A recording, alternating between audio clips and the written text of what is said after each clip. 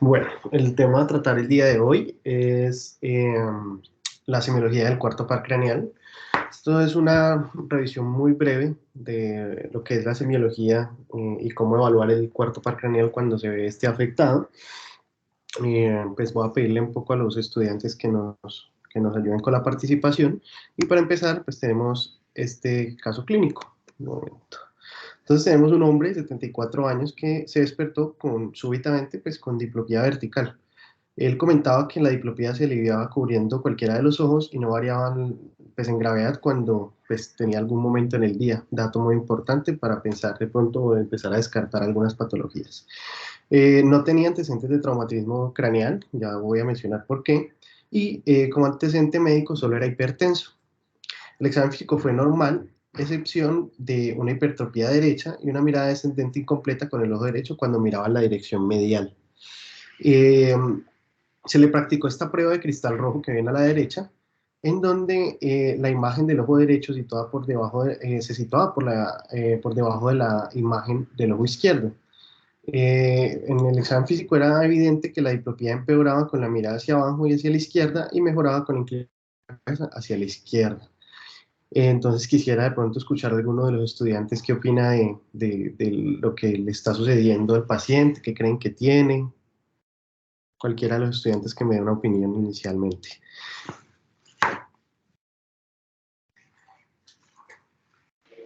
Buenas tardes. Hola, cuéntame. Pues estamos hablando de un paciente que tiene diplopía vertical, entonces hay que considerar, digamos, alteración de pronto en la movilidad. Al parecer, pues estamos hablando del... Sí. ¿Cómo es su nombre, perdón? ¿Quién está hablando? Es que no veo.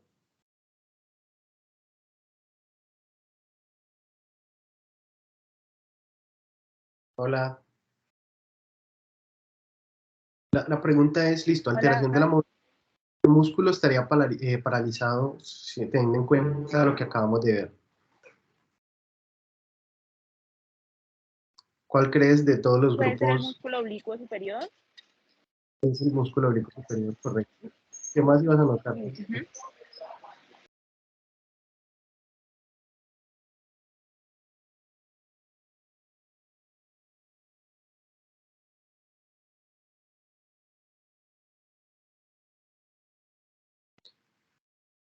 Es al examen físico señalan pues la hipertrofia del ojo derecho. Eso quiere decir que el ojo derecho está desviado hacia arriba, ¿sí? ¿Y qué otra cosa consideras que es importante?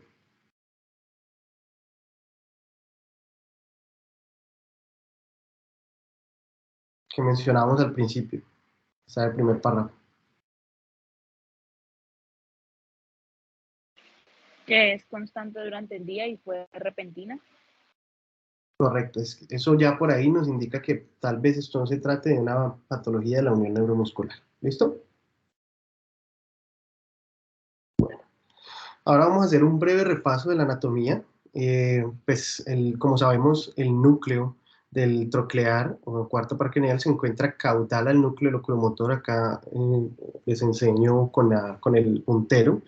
Vemos el tercer par, aquí mesencefálico, ¿sí? Los dos núcleos de los pares craneales que hacen parte del mesencéfalo, está justo caudal al núcleo del tercer par, como ven acá, vemos el núcleo del cuarto, justo en el nivel de los colículos inferiores y ventral y lateral al al acueducto cerebral. Eh, Vemos que sus fascículos, vemos acá el núcleo, discurren posterior-inferiormente alrededor del acueducto y como curiosidad, pues este núcleo y sus fascículos suelen discurrir en una manera de decusación, es el único núcleo, es el único par craneal que sale decusado eh, del mesencéfalo.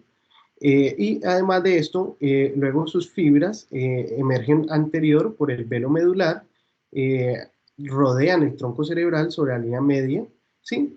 E inmediatamente estos pasan pues por debajo de los folículos inferiores.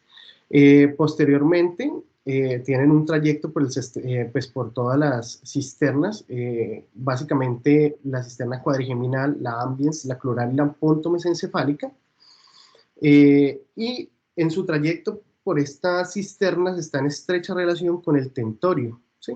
Tras recorrer ese borde inferior del tentorio, perfora a la dura madre, básicamente en un punto ligeramente inferior al punto de entrada que lo hace el tercer par, justamente detrás, pues pasando, atravesando el seno cavernoso por la cara lateral del clivus y por debajo del ligamento petroclinoideo. Todo esto, pues, teniendo en cuenta la anatomía del seno cavernoso, con relación también directa sobre el tercer par por encima, justamente, y la primera rama del oftálmico, que es esta que vemos acá, perdón, del trigémino, que es la rama oftálmica, la B1, pues que son, digamos, sus relaciones más estrechas en el seno cavernoso. A la órbita, básicamente ingresa por la fisura orbital superior, pues inervando al músculo oblicuo superior, como había mencionado anteriormente. Vemos acá en esta otra imagen lo que habíamos mencionado del trayecto. Es un trayecto largo, es digamos, el nervio que mayor trayecto tiene, que discurre sobre pues, un trayecto prolongado sobre el espacio subaracnoideo, en relación con múltiples estructuras tanto vasculares como nerviosas, pues, que anotamos anteriormente. Vemos acá la imagen de inervación que da al músculo oblicuo superior una vez atraviesa la fisura orbitaria superior. Su función, básicamente, tenemos que, como vemos aquí en la imagen, es una, en su categoría funcional se localiza entre los somáticos motores, y su función es, como habíamos visto, inervar el músculo oblicuo superior, causando una depresión del ojo y una intorsión. Vemos acá la imagen de que es la intorsión, que es básicamente girada hacia medial, ¿sí? Y la depresión del ojo, que es con lo que básicamente nos ayuda a bajar escaleras, pues como manera de mnemotecnia. Anteriormente este nervio pues recibía el nombre de patético, pues en la nomenclatura vieja, pues al parecer consideran pues que era un nervio muy delgado, que solo inervaba músculo, pero pues esto cambió porque pues ¿por qué no? Y el sexto par también, que pues inerva sobre el abducens. Entonces, pues tuvo ese cambio ya hace algunos años y actualmente pues el nombre que recibe es el nervio troclear. ¿Por qué troclear? Pues porque tiene una forma de polea, como vemos acá en la imagen, ¿ves? Acá. Ahora, pues, ¿qué tenemos con respecto a las afectaciones del cuarto par? Básicamente lo que clínicamente conocemos es la parálisis, ¿sí? Tiene una incidencia anual que se ha escrito para los estudios pues, que tienen mayor población de 5,7% por cada 100.000 habitantes al año. Es más común en los hombres y esto se debe básicamente a que los hombres tienen una mayor incidencia de traumatismos craneoencefálicos, y la mayoría de los casos se presentan entre la tercera y la cuarta década de la vida, sobre todo los de traumatismo en la tercera década de la vida. Clínicamente, como vimos en el caso anteriormente, los pacientes se quejan de diplopía vertical, ¿sí? Usualmente llegan con el ojo afectado, con el ojo parético en hipertropía, y pues esto es evidente cuando el paciente está en mirada primaria. También hay una imposibilidad para la intorsión y limitación para la infraversión y aducción del globo ocular, pues como es evidente en la posición que llegan los pacientes y cuando se hace el examen de los movimientos extraoculares del ojo. Eh, Quiero recalcar de estas, digamos, definiciones de lo que pues hacen parte del espectro clínico del estrabismo, lo que habíamos mencionado anteriormente, que es la hipertropía. La hipertropía básicamente se refiere a que el ojo está rotado de manera que la córnea rota en sentido superior, y además de esto, pues el sufijo tropía manifiesta que es un mecanismo en el cual los ojos no están alineados en la visión binocular. ¿Sí? Hay pues múltiples diferentes tropías dependiendo de hacia dónde esté desviado el ojo. Entonces, para nuestro caso, digamos que lo más importante ahorita es la hipertropía, que es una desviación hacia arriba. Entonces, acá les pongo un ejemplo de una hipertropía en un niño. Vemos como el globo ocular del ojo derecho, la esclera pues se ve la parte inferior y pues en la mirada primaria no hay una alineación de las pupilas. Clínicamente, básicamente, hay algunas características que son pues, importantes de nombrar. La hipertrofia suele aumentar al inclinar la cabeza hacia el lado paralizado. Un ejemplo, por ejemplo, el niño que estaba del lado, en la diapositiva anterior, si voltea la cabeza hacia la derecha, pues su músculo era el parético, el oblicuo superior derecho. Probablemente la hipertrofia va a aumentar. Esta prueba se conoce como el signo o la prueba de Bielchowski. Mm, Está escrito que puede ocurrir en el ojo normal si el ojo afectado está fijando. Si el ojo afectado, si el ojo no afectado está fijando, la hipertrofia ocurre solo en el músculo, en el ojo que tiene músculo parético. Se ha escrito también que la hipertrofia suele ser más prominente en todos los campos pues, que incluyen el ojo involucrado, especialmente cuando, pues, cuando se trata de hacer mirada hacia abajo y hacia adentro. Todo esto pues, en contexto en que el cuadro es agudo o es reciente. Ya voy a hablar por qué hago esta aclaración. La inclinación de la cabeza es otra, digamos, de los signos clínicos que nos podrían ayudar a pensar que el paciente está cursando con una parálisis del cuarto par craneal, y básicamente esto se realiza para poder eliminar la hipertrofia y rara vez la ciclotropía, que es el movimiento en rotación. La inclinación de la cabeza podemos encontrarla hasta en un 70% de los pacientes. Generalmente, pues, la inclinación está hacia el lado no afectado, aunque puede ser paradójica de estar del lado afectado. Está escrito que puede suceder en un 3% de los pacientes. Esta inclinación paradójica, usualmente cuando está presente, nos quiere decir que el paciente hace esto para poder, hay un aumento de la diplopía, pero una de las imágenes se elimina. Entonces, básicamente por eso puede suceder. Entonces, acá vemos, digamos, un ejemplo gráfico de cómo se vería un paciente con lo que mencionábamos anteriormente. Entonces, me gustaría que alguien lo describiera, alguno de los estudiantes, como pues teniendo en cuenta lo que hemos hablado. Federico, ¿qué me comentas de esta imagen?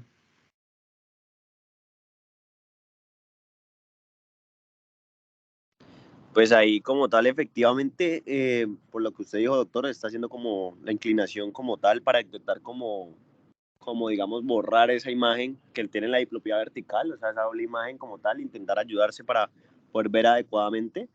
Entonces, como un mecanismo, pues ahí digamos que sí hay una hipertropía y pues una torsión, pues como tal del ojo afectado. Y pues digamos que en ese sentido, pues como está con la diplopía vertical, puede tenerla la diplopía en ese momento, pues puede obviamente hacer ese mecanismo como tal para ayudarse ella misma a poder visualizar un poco mejor como tal las cosas y evitar pues esa doble imagen. Correcto. Entonces, en el panel B podemos ver una prueba, que es la prueba del vidrio rojo que veíamos en el paciente anterior. Entonces, vemos cómo en en las 9 posiciones que se examina, ahorita voy a explicar cómo se hace esta prueba, vemos cómo la imagen está pues separada.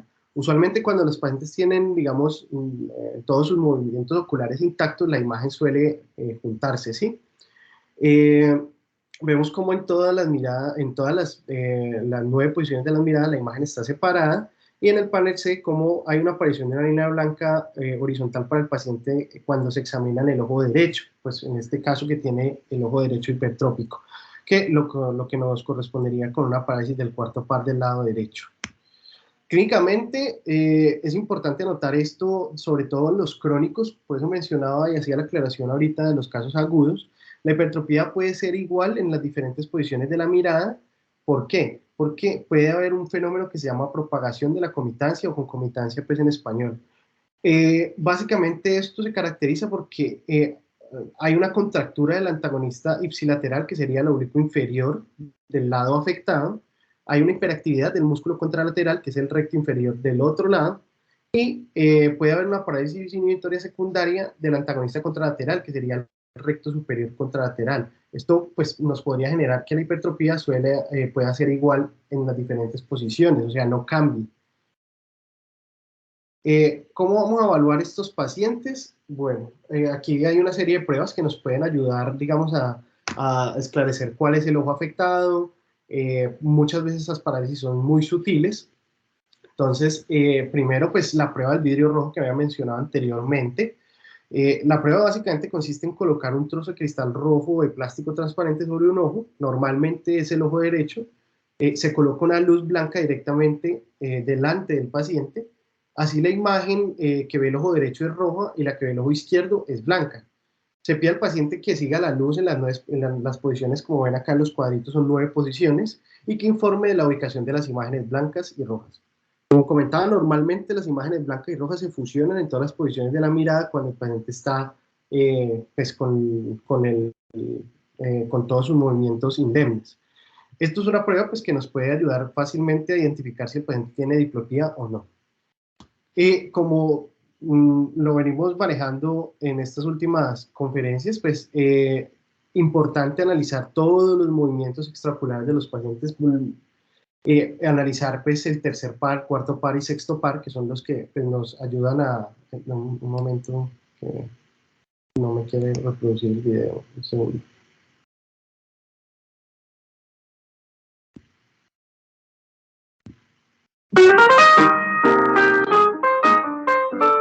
Como siempre,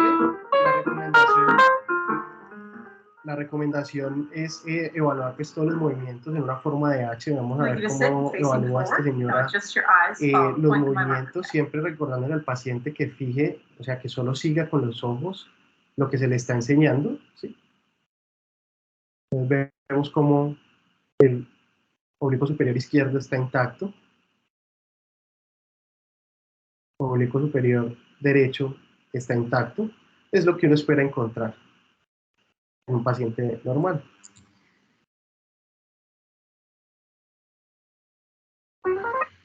Bueno, otra prueba que es muy útil, que digamos es sencilla de realizar, porque se puede hacer digamos que con cualquier cosa que uno tenga a la mano, es el cover test. Básicamente el cover test lo que nos ayuda es a diferenciar una atropia de una aforia.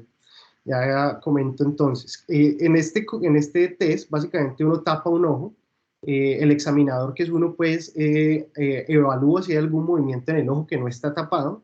Si hay algún movimiento, indica la presencia de una atropia, ¿sí? Que habíamos visto que era que el ojo se desplace en alguno de los del plano cardinal.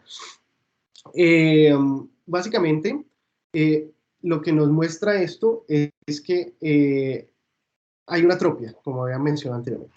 Si se evidencia un movimiento cuando el oclusor se retira del ojo que está tapado, significa que el ojo se había movido durante el momento o el tiempo que permaneció tapado, y eso indica la presencia de una aforia, que básicamente lo que nos traduce es un estrabismo latente. Si el paciente tiene una aforia, los ojos estarán rectos antes y después de la prueba, de quitar y poner el oclusor. Básicamente, esta desviación aparece durante la prueba y esto es el resultado de una interrupción de la visión binocular. Un paciente con una atropia empieza la prueba con el ojo desviado, ¿sí? Y termina la prueba con el ojo o el ojo puesto también desviado, que podría, digamos, llevarnos al diagnóstico de que haya una heterotropía alternante. Para nuestro caso, digamos que o sea, esto lo hacemos cuando tenemos algunas dudas diagnósticas y hay cambios muy sutiles. Entonces vemos, por ejemplo, el panel A donde pues, el oclusor, pues, el paciente está fijando la mirada y no hay ningún tipo de alteración en la visión primaria. En el panel B vemos cómo se tapa el ojo izquierdo y no desencadena ningún movimiento en el ojo derecho, entonces pues no hay ningún tipo de estrabismo. Y en el panel F vemos cómo se tapa el ojo izquierdo y aparece hipertrofia del lado derecho. Vemos cómo el ojo se desplaza hacia arriba. Entonces acá vemos un video de lo que había mencionado.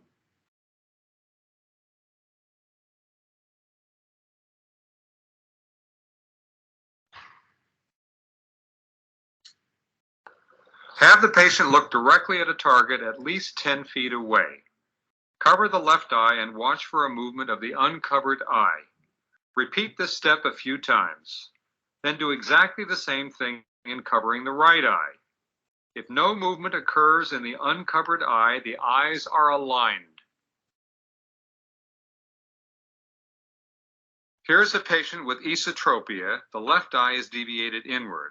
As the fixating right eye is covered, the left eye moves outward to pick up fixation. As the non-fixating left eye is covered, there is no movement of the already fixating right eye.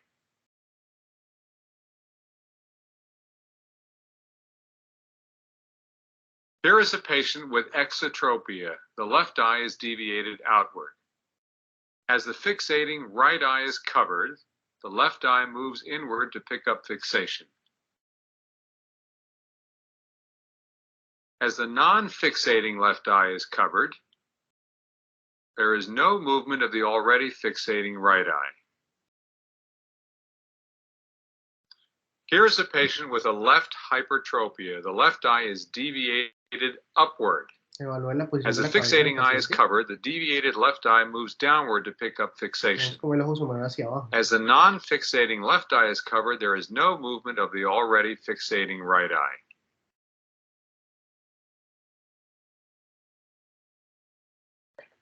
También tenemos otra manera de hacerlo y es hacerlo de manera alternante, y esto nos sirve básicamente para determinar rápidamente cuál es la dirección de la desviación cuando los cambios son sutiles.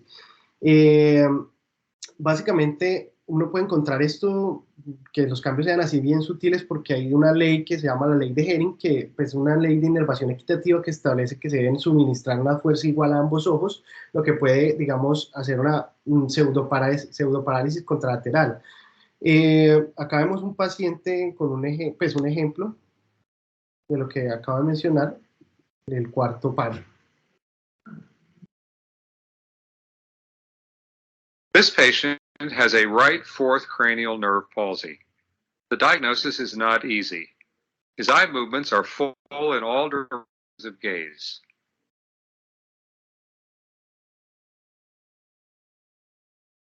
When he looks straight ahead, his right eye is slightly higher than his left eye, as shown here with the cover test.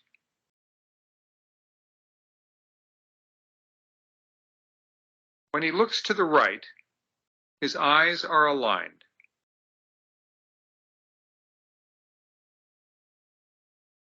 But when he looks to the left, his right eye is much higher than his left eye. ¿Sí ven cómo el ojo baja?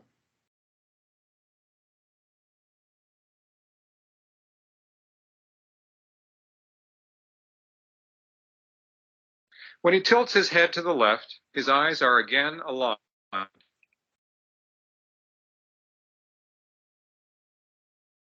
But when he tilts his head to the right eye is higher than the left.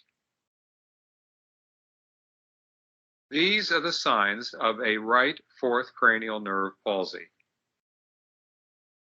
Como ven, los cambios pueden ser muy, muy sutiles y podría, digamos, pasársenos inadvertido. Pero esta serie de pruebas nos podrían, digamos, ayudar a tener una idea mucho mayor de qué es lo que está pasando. Otro test que podemos utilizar es el test de Maddox. Pues hay múltiples maneras de realizarlo. Básicamente nos ayuda a determinar la ciclotorsión ocular, que es lo que les comentaba de cómo gira en torno a la rotación hacia medial. Básicamente el test se realiza con unas varillas en donde se ponen horizontalmente, y el paciente usualmente cuando tiene todo normal los percibe pues, en una línea horizontal. Cuando hay una parálisis del cuarto, esa línea horizontal se va a percibir como inclinada hacia abajo en el sentido nasal.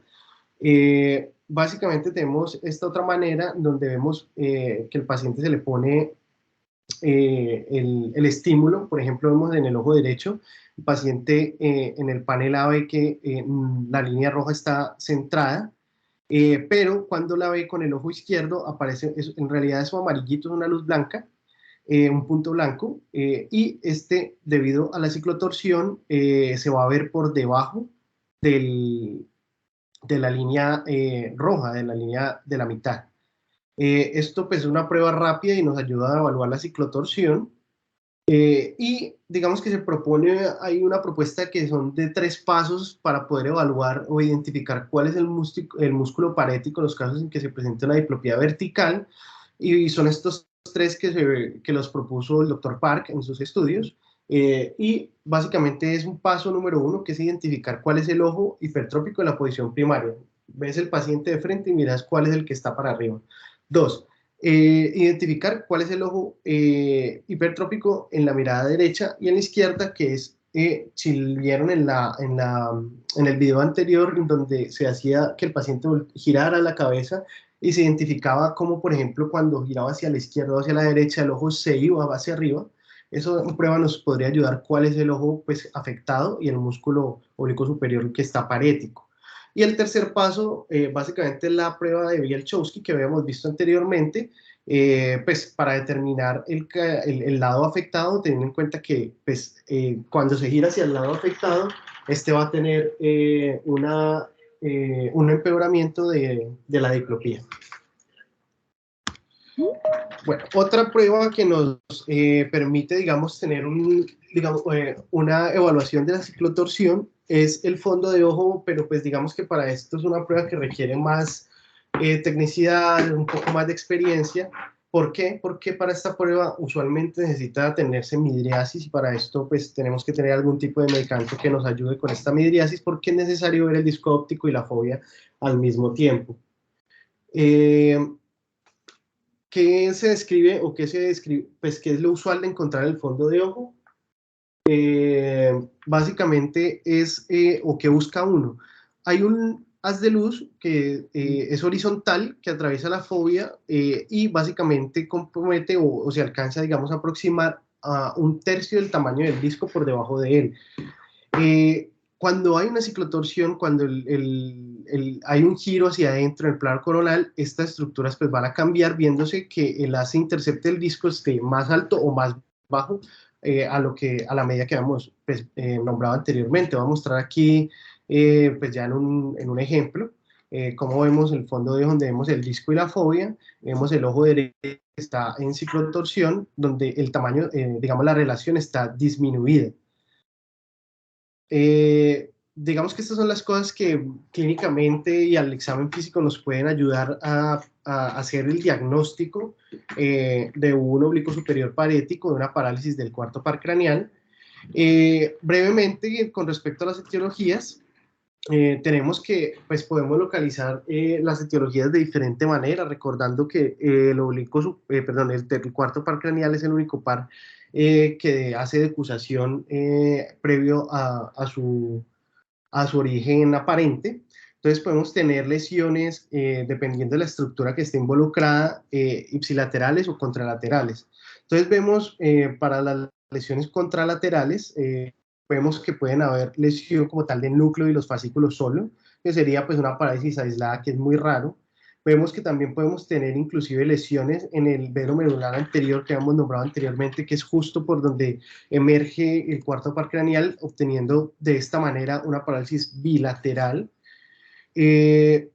Además de eso, como vemos, es un nervio que tiene un trayecto por el espacio subaracnoideo muy largo, lo que condiciona que cualquier, digamos, anormalidad en el espacio subaracnoideo, sea por etiología traumática, por ocupación de espacio, por alteración del flujo o de la dinámica del líquido cefalorraquídeo, nos puede generar, digamos, una parálisis de este nervio. Vemos que si, por ejemplo, hay estructuras afectadas como el pedúnculo cerebral, vamos a tener una parálisis del cuarto más una hemiparesia contralateral. Además de esto, tenemos también lesiones que están en relación a su ubicación en el seno cavernoso, que usualmente vienen acompañadas de otras oftalmoparesias, ¿sí? Compromisos del tercero o compromisos sensitivos por compromiso en su relación estrecha, recordemos hacia inferior con la primera rama del quinto par, que es la rama oftálmica, en donde nos podría dar también clínica pues, de hipoestesia facial, puede dar dolor ocular en el caso de que esté acompañada de patologías que, digamos, aumenten la presión intracraneal y comprometan la estructura del seno cavernoso. Y dentro de la órbita también pues tenemos alteraciones que nos pueden, digamos, generar una parálisis acompañada de cualquier otra afectación de todas las estructuras que están dentro de la órbita. Con respecto a... Un momento, que no cambia esto. Con respecto pues, a las etiologías topográficas, pues podemos, digamos, ubicarlos nuevamente mesencefálicas en el espacio subaracnoideo, en el seno cavernoso y la órbita, digamos, los espacios más grandes en donde se pueden ver comprometidos y tenemos una cantidad de etiologías que nos pueden llevar a una parálisis del cuarto. es importante, ya para finalizar, recargar que la principal causa en nuestro medio de la parálisis del cuarto par craneal es traumática. Digamos que a manera pues, digamos para finalizar esta charla, recordar que hay, o sea, ha escrito que pese a que es, digamos, de los nervios más frágiles y que puede verse más afectado, se ha escrito que hay una capacidad de recuperación de esta parálisis hasta un 82% en los estudios que hizo el doctor Park. Además de esto, pues también si no hay una recuperación completa, hasta la mitad de los pacientes pueden tener algún tipo de recuperación parcial. Pues no es, digamos, usualmente de manejo quirúrgico, pero recordemos pues que los hallazgos pueden ser sutiles y que es importante tener en cuenta que cualquier patología que afecte los 4 espacios importantes que vimos puede generarnos una afectación. Inclusive para mi servicio en que hacemos de pronto lobectomía, se ha escrito que hasta el 40% de los pacientes que van a lobectomía temporal presentan una parálisis del cuarto par posquirúrgica. Y esto era todo, básicamente era los hallazgos semiológicos y cómo evaluarlos del cuarto par. Muchas gracias. Listo, Juan Camilo, muchas gracias. Yo creo que estuvo completa. No pude estar en todo porque me desconecté entrando al parqueadero, pero me pareció muy buena la revisión semiológica, pues sí, y tenerlo en cuenta. Así que muchísimas gracias. ¿Alguien tiene alguna pregunta?